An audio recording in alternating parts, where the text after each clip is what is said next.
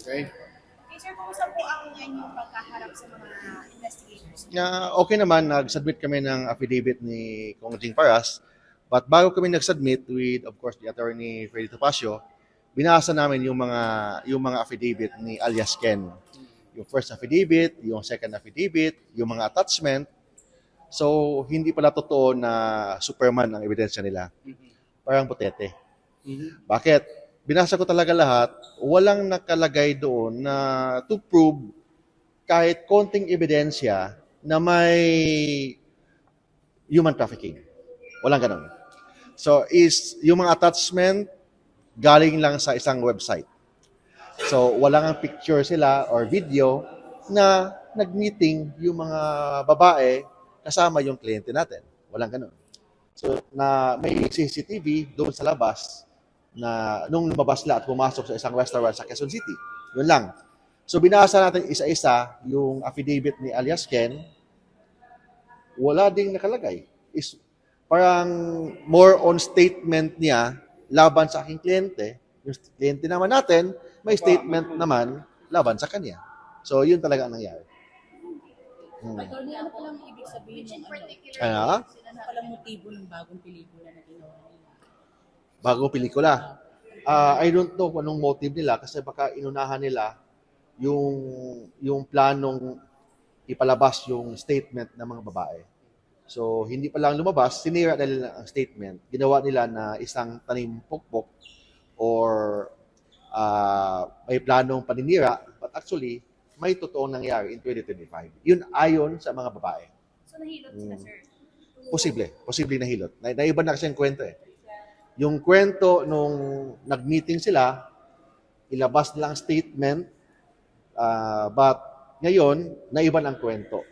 Naiba na, parang may plano ng paninira na hindi naman talaga yun ang plano. Kung hindi, ang plano talaga is gagawa ng statement yung nangyari sa 2025.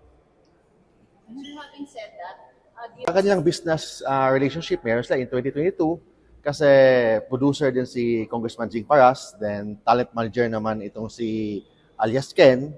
So nag-uusap sila with respect sa isang movie project nung 2022 pa lang. pero yung involvement po dito sa pag-hire ng babae. Walang word na hire, walang nangyaring pag-hire, walang nangyaring pag-recruit.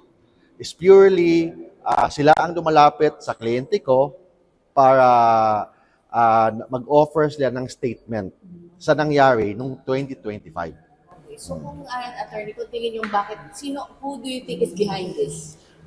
Walang behind kasi sila nag-volunteer.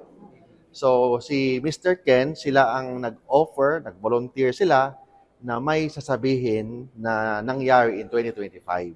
So ang trabaho naman sa aking kliyente is tumulong lang na sa paggawa ng affidavit sa mga babae. So nagtawag siya ng mga abogado para magawa lang ng affidavit. Yun lang. Sir, attorney mo paano lumapit? Oo, ang akin lang, hindi ko maintindihan kung bakit itong direktor natin na hindi pa tapos ang investigasyon, may conclusion na.